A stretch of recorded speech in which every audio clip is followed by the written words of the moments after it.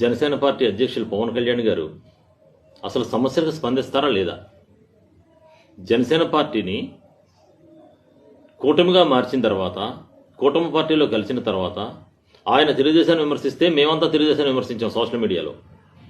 ఇప్పుడు ఆయన పై లెవెల్లో గెలిచారు, కానీ తెలుగుదేశం కార్యకర్తలు మాతో కలిసి నడుస్తున్నారా లేదా అనేది ఎవరూ రివ్యూ చేయట్లే. పార్టీ ఆఫీస్లో జన సైనికులకి ఎంట్రన్స్ లేదు.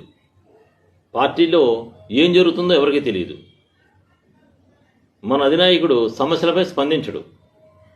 వినోద కోటా గారి విషయంలో సమస్యలపై స్పందించరు.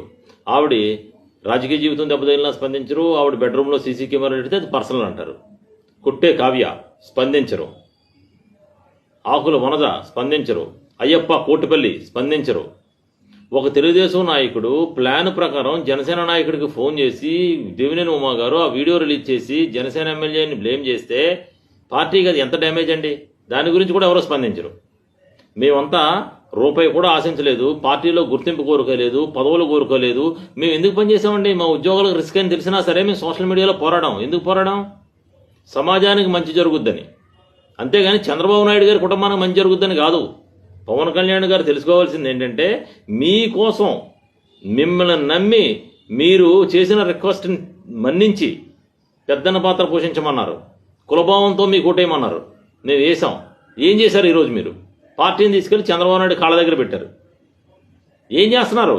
ఇప్పుడు చంద్రబాబు నాయుడు గారు కాదు, లోకేష్ నాయుడు గారికి సీఎం చేసే పరిస్థితి ఏర్పడింది. ఇప్పుడు ఒకసారి మీరు ఆలోచించండి ఏం చేస్తున్నారు. మీ వైఖరి వల్ల జనసేనకు మద్దతు ఇచ్చిన వర్గాలు, జనసేనకు పనిచేసిన మాలాంటి జన సైనికులు చాలా ఇబ్బంది పడుతున్నామండి. చాలా ఫీల్ అవుతున్నాం.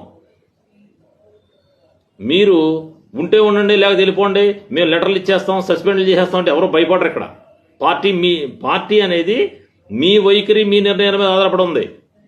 మాకు పోరాటం కొత్త ఏం కాదు. అర్థమైందండి? మేము రాజకీయాల్లోకి వచ్చి సంపాదించుకునే అవసరం లేదు మాకు. మేము ఈ సమాజానికి మంచి జరుగుద్ది మీ ద్వారా అని నమ్మి మేము మీతో పయనించాం. కానీ ఇక్కడ మీరు దేనికి స్పందించకపోవడం, దేని గురించి పట్టించుకోకపోవటం, అసలు ఇది ఒక ప్లాన్ ప్రకారం పార్టీని మర్డర్ చేస్తున్నట్టు ఉంది. ఇది జనసేన పార్టీని ఒక ప్లాన్ ప్రకారం జనసేన పార్టీని తగ్గిస్తున్నారు మీరు పవర్ని. ఎందుకంటే రేపు ఫ్యూచర్లో మీరు ఒక 50 సీట్లు 100 సీట్లు అడుగుతారేమో, మళ్ళీ ఇవ్వాలేమోనని తెలుగుదేశం పార్టీ మన జనసేన పార్టీని తగ్గిస్తుంది. అది తెలుసుకోండి ఫస్ట్.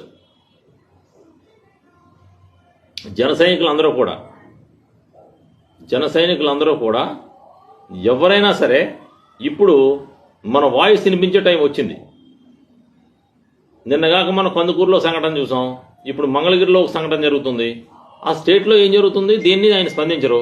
కనీసం బాధితులను పిలిపించి మాట్లాడాలి కదా. డిప్యూటీ సీఎం గారు బాధ్యతను పిలిపించి మాట్లాడాలి కదా. మీకు హోదా ఉంది, మీరు పవర్లో ఉన్నాం మనం, మీరు డిప్యూటీ సీఎం అయ్యారు. వాట్ ఈస్ ద యూజ్ అండి? వాట్ ఫర్ యువర్ అండి? మేమంతా అడుగుతున్నాం. లేదు sir, it's the very very very critical కండిషన్లో ఉంది జనసేన పరిస్థితి. ఇది ఫంక్షనింగ్ స్టైల్ కరెక్ట్ కాదు. మీ వెనకున్న వాళ్ళు మైకిల్ మోసే హరిప్రసాద్ మండలికి వెళ్ళిపోయాడు. ఆడవాడు అజయ్ కుమార్, ఆయన ఎలక్షన్ అయిపోయిన తర్వాత తీరిగ్గా వచ్చాడు. ఆయనకు ఒక పోస్ట్ ఇచ్చారు మీరు, నామినేటెడ్ పోస్టు. ఆయన నెల్లూరు జిల్లాలో ఉన్న ఇన్ఛార్జ్ అందరినీ కూడా పార్టీని తరిమేసే పరిస్థితిలో ఉన్నాడు. స్టేట్ మొత్తం మీద పార్టీలో పనిచేసిన కార్యకర్తలను తరిమేయడానికి ఒక టీమును పెట్టినట్టు ఉందండి మీ వైఖరి. తెలుసుకోకపోతే జనసేన పార్టీ భవిష్యత్తు ప్రశ్నార్థకంగా ఉంటుంది. ఇది మేము చాలా బాధపడుతూ చెప్తున్నాం. ఎందుకంటే మాకు పార్టీ వల్ల మాకు వచ్చే లాభం ఏం లేదు. అర్థమైందండి?